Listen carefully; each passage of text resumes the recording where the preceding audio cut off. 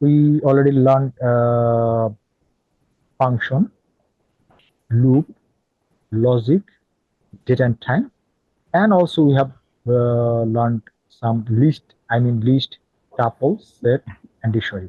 These are very important. If you understand all those terms, that means you almost know how to develop a program. Okay. Initial program. Now let me give you a project file, a simple project file. I hope if you can develop this project, it will help you to learn everything practical. And this project is called VAT, UK VAT Calculator. This is the create a UK VAT Calculator project by using the following formulas. This is the formula. If you want to calculate the VAT into net amount divided, this is the formula. First, you have to read each and every line very close, carefully. How to add VAT and how to remove. This is the formula. Now, your program, your project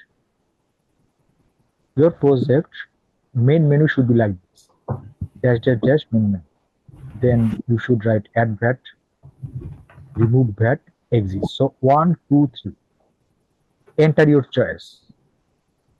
User can choose either 1 by entering 1, 2, or 3. If user press 3, that means the program will be exited. But if user press 1, okay, if user press 1, then it will ask, it will display add VAT tax added value. Then it will ask enter valued tax. Suppose user enter tax 20. Okay, enter the net, then it will again ask enter the net value of the product.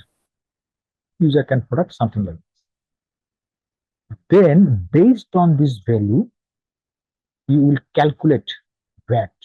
How do I calculate VAT?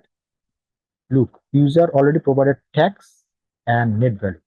So how do I calculate VAT? This is the formula. VAT equals to VAT into net amount divided by 100.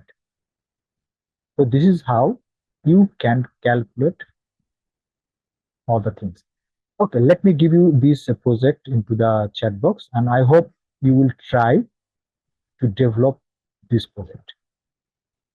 Perfect. Thank you very much, Shahal.